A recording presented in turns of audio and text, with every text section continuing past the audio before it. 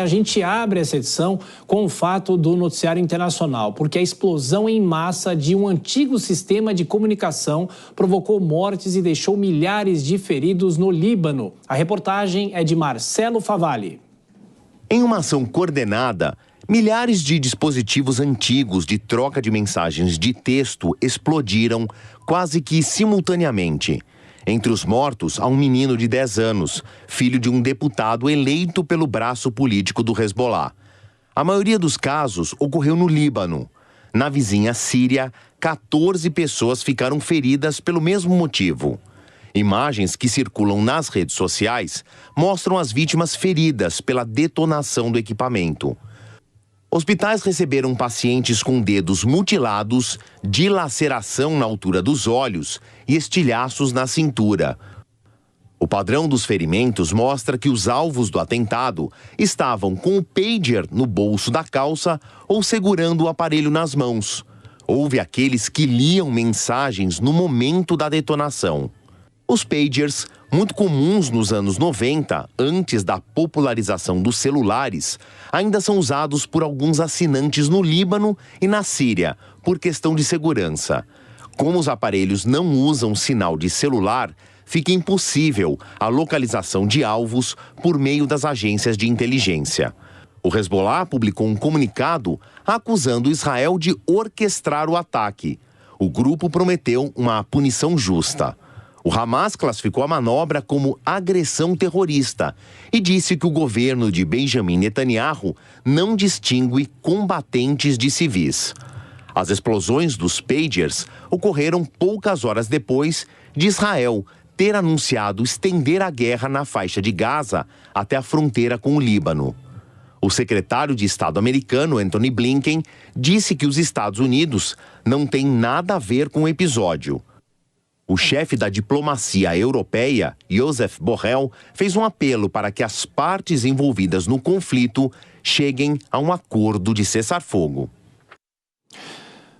Bom, meu caro Marcelo Favalli, um clima que já era tenso vai ficar ainda mais tenso agora. É um fato inusitado, né? A gente muitas vezes nem imaginava que ainda se usava pagers, que a gente usou muito nos anos 90, Bom, né? para nós, né, que temos mais cabelos brancos do que escuros, né?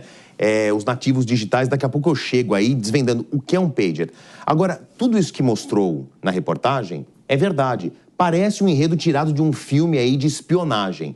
Vamos entender então o que aconteceu, porque daqui para frente a gente tem que trabalhar com o campo das hipóteses. Eu preparei aqui um mapa para a gente entender o que aconteceu aí num curto espaço de tempo. Isso era por volta da hora do almoço aqui no horário de Brasília, já era a segunda metade da tarde naquela região do Oriente Médio. O que a gente já consegue descartar de cara é que milhares desses pagers explodiram quase que simultaneamente. Isso não é uma coincidência, não foi um problema em massa, porque esse tipo de hardware não daria este problema numa enorme quantidade no mesmo momento. Então, não é uma coincidência. O que se sabe é que estes pagers, eles receberam, segundos antes da explosão, um tipo de mensagem. Por isso que muitas pessoas ficaram feridas. Estavam lendo, tiraram do bolso, sentiram tocar. Houve algum ponto de um envio de um sinal. Não se sabe se esse sinal, embora tenha sido uma acusação clara do Hezbollah e do Hamas para Israel, Israel não assumiu esta autoria deste suposto atentado em massa ou sabotagem em massa, como nós estamos chamando. Agora, para a gente entender, vamos voltar no tempo. Para quem é nativo digital e nasceu com a popularidade dos celulares, esse aqui é o pai do celular. Era um sistema, essa aqui inclusive é a versão mais moderna. Por sinal de rádio, isso não é uma tecnologia de células de retransmissão de um telefone celular. Estes aparelhinhos eram capazes de receber sinais curtos. Primeiro, os mais antigos recebiam apenas um sinal sonoro, pip. Então o usuário sabia que tinha que ligar para uma central e pegar um recado que havia sido deixado por uma telefonista ou um telefonista. Essa é uma versão mais moderna. Recebia um número limitado de caracteres. Era como se fosse um Twitter móvel. Era possível receber mensagens, mas perceba que não é possível digitar. Você tinha que ligar para uma central telefônica e alguém recebia a mensagem, digitava e esse ditado chegava para a recepção. ele não usa a tecnologia de identificação por celular, como é o cartãozinho de celular que a gente usa. Estes bips, eles não têm um número específico.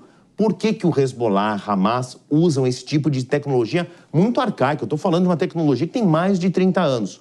Porque não é possível fazer a localização precisa de um alvo como é feito com um celular. Então, é uma comunicação arcaica, porém funciona e que dificulta, por exemplo, o Mossad, que é o sistema de inteligência de Israel, de localizar alvos específicos do Hamas, do Hezbollah e de outras células tidas como terroristas pelos israelenses.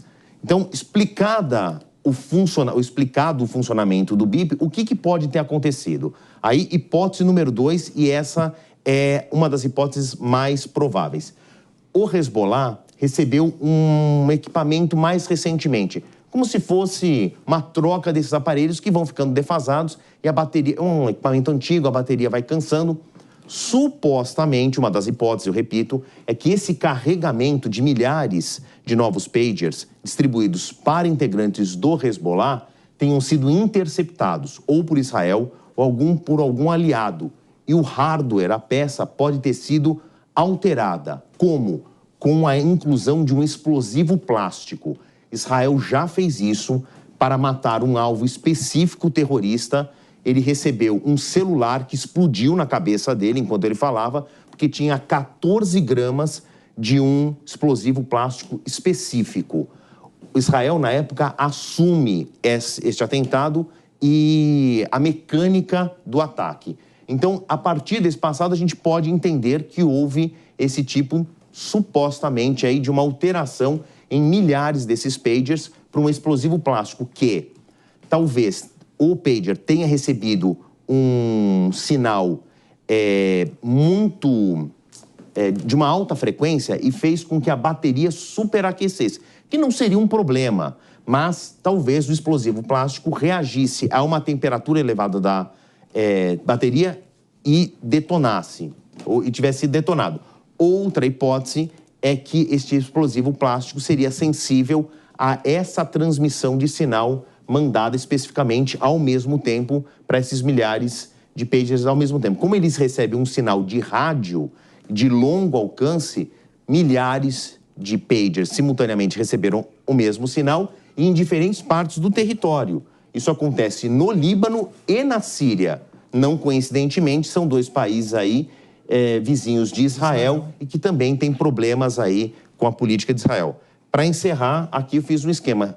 Então, muitas pessoas que receberam esse sinal e tiveram o pager detonado, estavam com ele na cintura, normalmente você põe no bolso ou amarra aqui no cinto da calça, estavam lendo a mensagem que havia chegado com essa transmissão e houve a detonação na altura dos olhos e muitos dos pacientes recebidos pelos hospitais têm as mãos amputadas porque estavam segurando o pager. Então é que existem muitas imagens chocantes, né? Chocantes. Que a gente, obviamente, não mostrou, chocantes. Claro. Né? Circulam dezenas dessas imagens nas redes sociais, elas foram autenticadas, mas elas são impublicáveis porque aparecem pessoas com ferimentos graves. E um dos casos já relatado e já confirmado de uma criança de 10 anos, filho de um deputado do Hezbollah. Só fazer um rápido paralelo aqui. O Hezbollah tem o seu braço armado, mas tem o seu braço político. É um partido político estabelecido no Líbano. As pessoas são eleitas pelo partido Hezbollah, perdão. Um menino de 10 anos, filho de um deputado, ouviu o pager do pai tocar, foi pegar e acabou sendo vítima aí